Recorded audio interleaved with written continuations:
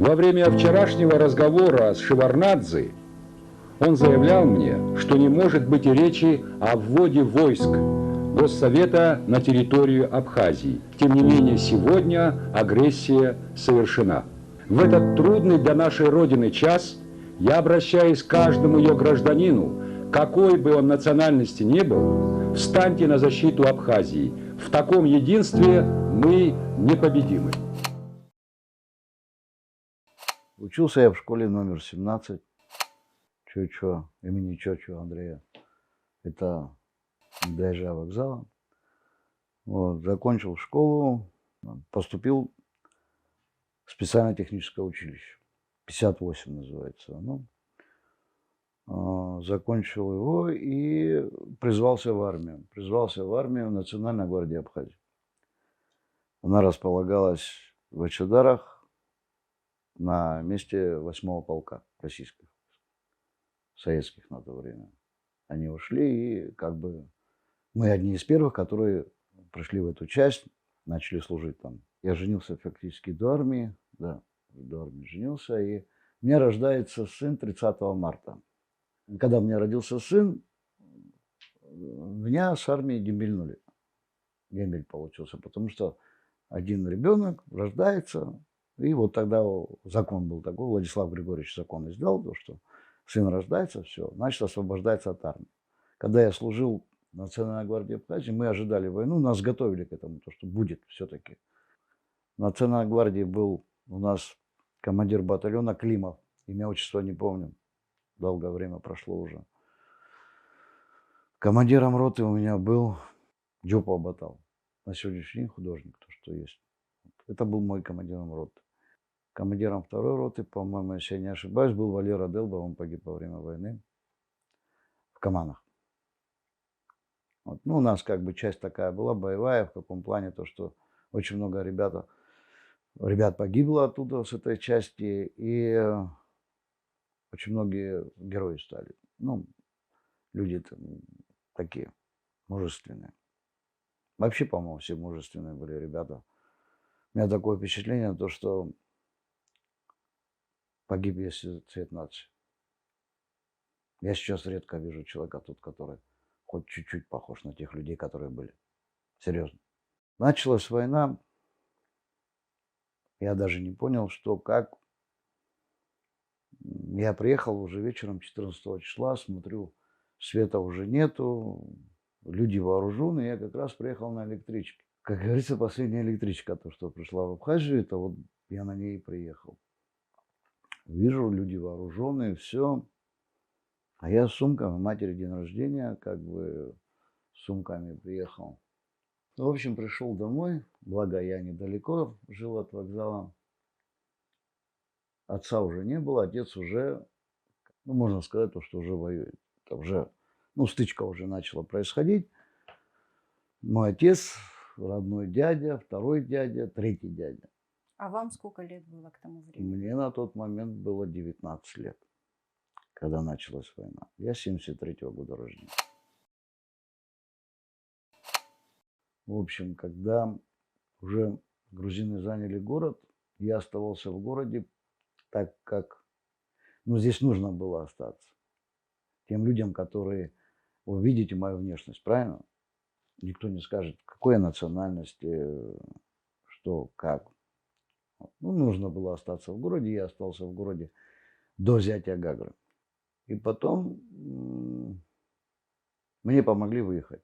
Мне помогли выехать на, по-моему, на рыболовецком судне или как-то, ну, морем. Морем помогли выехать, и то помогли выехать мои друзья грузины, те, которые были у меня до войны, мои одноклассники, те, которые воевали за грузин уже. Они ко мне, когда приехали, они мне сказали: все, Андрей, мы не можем тебя больше прикрывать, потому что уже начались, ну, КБ работало, все работало. В любом случае подняли мои документы, то, что где я служил. Правильно? Ага, Национальная гвардия, оба-на. А как ты здесь? Ну, в общем, они мне очень сильно помогли. Меня как бы переправили вот таким способом в Сочи. И потом из Сочи я попал уже в Гудауту. В Гудауту попал, ну, должно что-то было быть, правильно, какие-то батальоны формировались, все остальное. Об отце, о дядьках ничего не знал. Сразу же начались поиски, естественно, своих родных, те, которые воюют. Вот. И встретился с отцом в кофейне. В Гудаутах сварили кофе бесплатно в одном месте, где собирались все ребята, те, которые воюют. Я захожу туда, а там познакомился в Гудаутах с Нукзаром Пабба, есть такой, он сейчас, по-моему, в милиции работает. Он батумский сам, он тоже приехал на войну, тоже потом участвовал, естественно, в войне. И вот мы как-то познакомились в Гудауте и вместе пошли кофе попить. Он говорит, пойдем попьем кофе, скорее всего, там хоть как-то узнаем о твоих родственниках. Я захожу, и вот так мой отец и дядьки все сидят, кофе пьют, бородатые уже. Ну вот как бы вот мы встретились, и потом, естественно, я был с ними какое-то время и начал организовываться батальон, 5-й батальон береговой охраны под командованием Виталия Хазратовича Смира. А дислокация была Шицквара, пансионат Шицквара. Мы вон там как бы там базировались, там, в общем, проходили у нас учения, естественно, подготовились, кто что мог, кто что знал. Потом, вот 5 числа было наступление, я в этом наступлении не участвовал, у меня было другое задание. А вот 16 марта мы как раз попали все. Я был гранатометчиком. Ну, учился на это, в общем, как бы умел работать с этим. И 16 марта, ну, пошло наступление. Естественно, было непонятно совсем, что и как, что творится, потому что грузины нас ждали. Ну что, мы перешли речку, они нас разбили на группы и стали уничтожать. Меня в один день 12 друзей убило. 12 прям положили пацану, гранатометчик. Мы в одной комнате жили. Вообще нещадно положили. Ну, не знаю, наши командиры тоже, наверное, скорее всего, растерялись, потому что был ужас.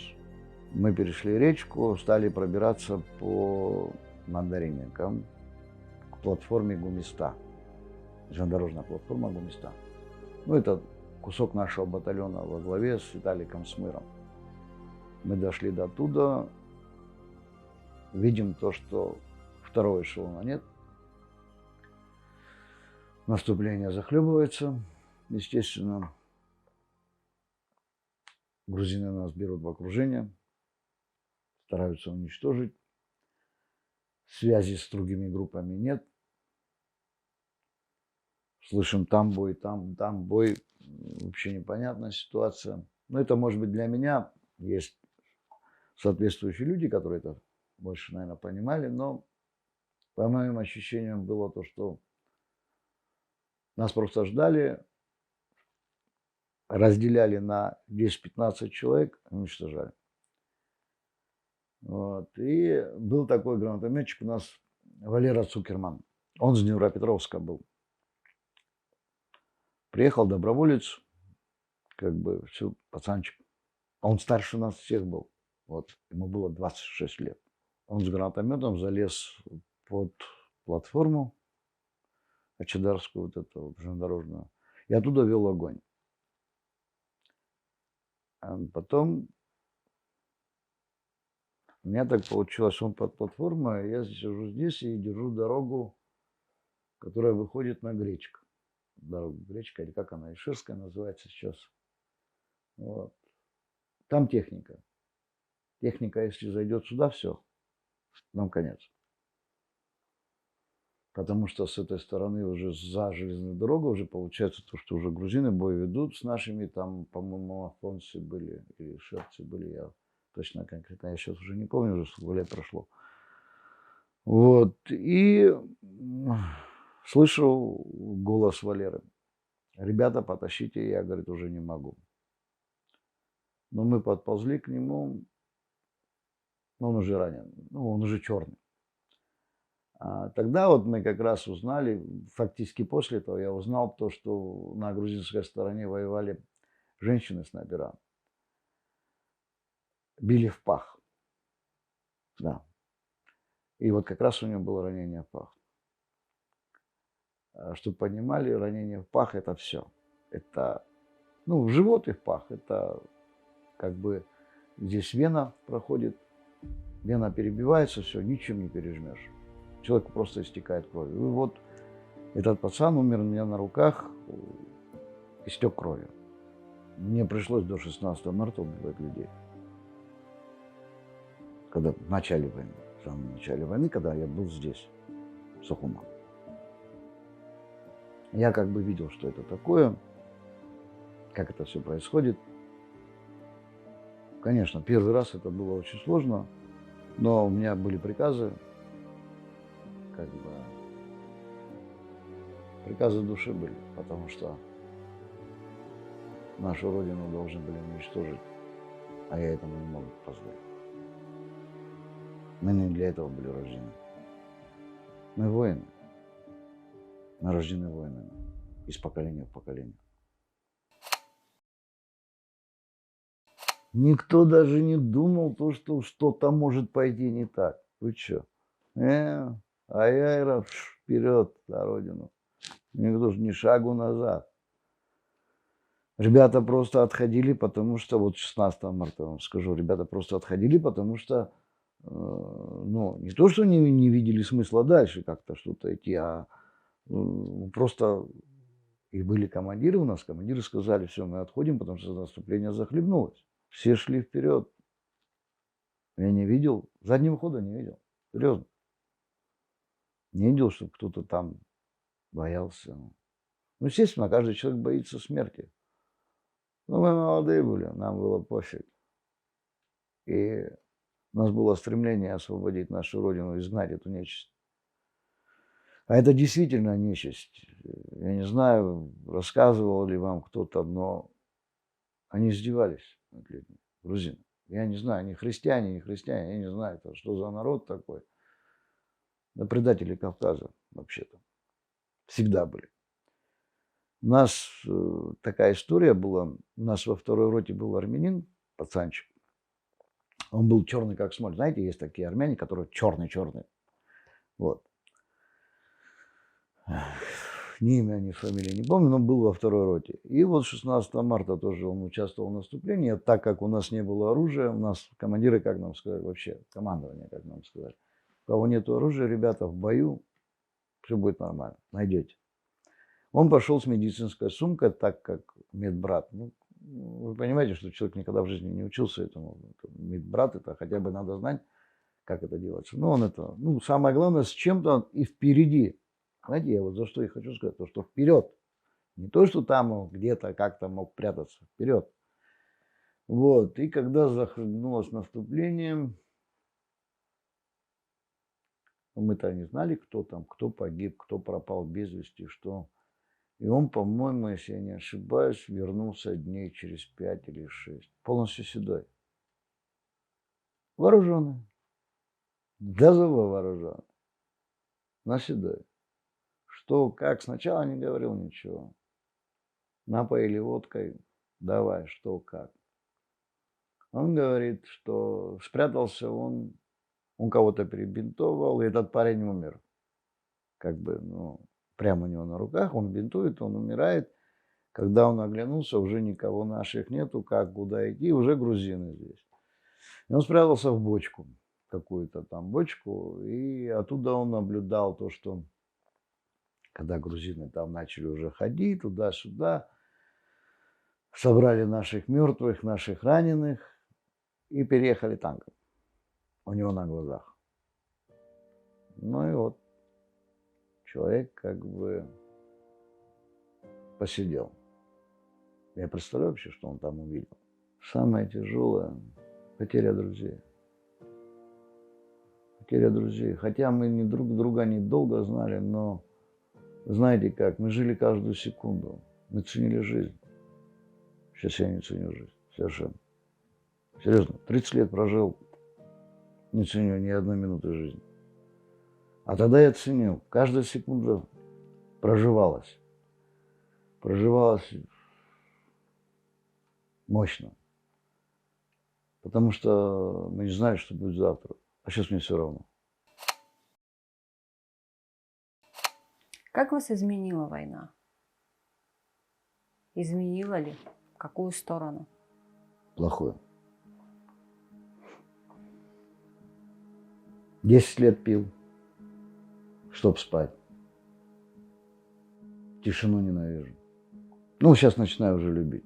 Даже. Одиночество люблю.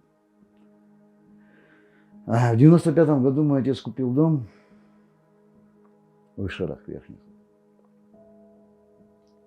И прожил там какое-то время и умер в возрасте 55 лет. Молодой мужик был, мастер спорта по боксу. Такой мужик, всю войну прошел. Но у него сердце не выдержало, потому что, когда меня ранили, он лежал со мной, пока ждал людей, которые меня должны увезти. Я истекаю кровью, он лежит со мной. И у него сердце потом, уже по прошествии какого-то времени, у него сердце не выдержало. Мы кофе с ним попили, через 15 минут он умер. Вот. Я за что говорю, вот он купил там дом в рассрочку. Когда-то какие деньги там, о чем разговор. Там когда-то что-то потихонечку он там собирался отдавать. Я сейчас живу в этом доме один. Вы знаете, я не люблю гостей. Не знаю, вроде мы гостеприимный народ и любим, но я не люблю. Мой отец был гостеприимный, но не я. Я не знаю. Ну, жизнь, видите, как война меня сломала, можно так сказать. Было очень много предательства от людей после войны, я же это все видел. Как люди себя ведут, как они уничтожают мою страну. Уже после войны. Свои. Было сложно. 10 лет пил беспробудно. Воевал и пил, воевал и пил. Потом остановился, сказал, все, нельзя. Я второй раз женился, у меня девочка родилась, дай бог, очень прекрасная девочка. Сейчас я уже дедушка, у меня внучка есть, внучке 2,5 года. Ну и опять же развелся. Знаете, не могу ужиться, не получается у меня, как... Мало кто меня поймет, естественно, но так получается. Хотя она со мной прошла все. Где вы тогда были? В Гале. Я дошел до Ингури. Я сказал, что я буду там, и я был там. Выпустил 5 рожков патронов. 5. Ни один раз больше не стрелял после войны. Ни Новый год, ничего. Потому что я знаю цену патрона. Если вы смотрели интервью Владислава Григорьевича, он говорил, $1. 1 патрон стоит $1. На тот момент в нашей стране не было денег. Когда нужно было патроны, это все. Я имею в виду во время войны. Это как доставалось, это только знают определенные люди. И мы знали цену этому патрону. Мы никогда лишний раз не стреляли. Что для вас этот праздник, День Победы? Все. Ну, начало новой жизни для страны, для детей. Я даже словами не могу описать, что мы ожидали. Что будет все ништяк, что будет все хорошо. Что наши дети будут жить, радоваться. Мы думали, знаете как, война закончится, и все будет в ажуре. Но мы понимали, естественно, что сразу все не делается, то, что будет первое время бардак, этот бардак надо будет как-то устранять, потому что очень много личностей здесь было, те, которые оказались здесь случайно. Которые беспредельничали, грабили, убивали, насиловали. Было, это тоже было. Мы хотели очень мира. Каждый день, каждую секунду мы хотели мира. И никого не терять. А сейчас нас остались считанные единицы. Вот время от времени я езжу собирается наш батальон. Я смотрю, редеет он, редеет. И сильно. Жалко, конечно. Это мне уже 50 лет, а те, которые на 10, на 15 лет старше были меня, их уже нет, они уже ушли. Абхазия недаром называется страна души. Здесь не должно быть войн. Я хочу, чтобы молодое поколение помнило, что было. Что именно благодаря этим пацанам они живы.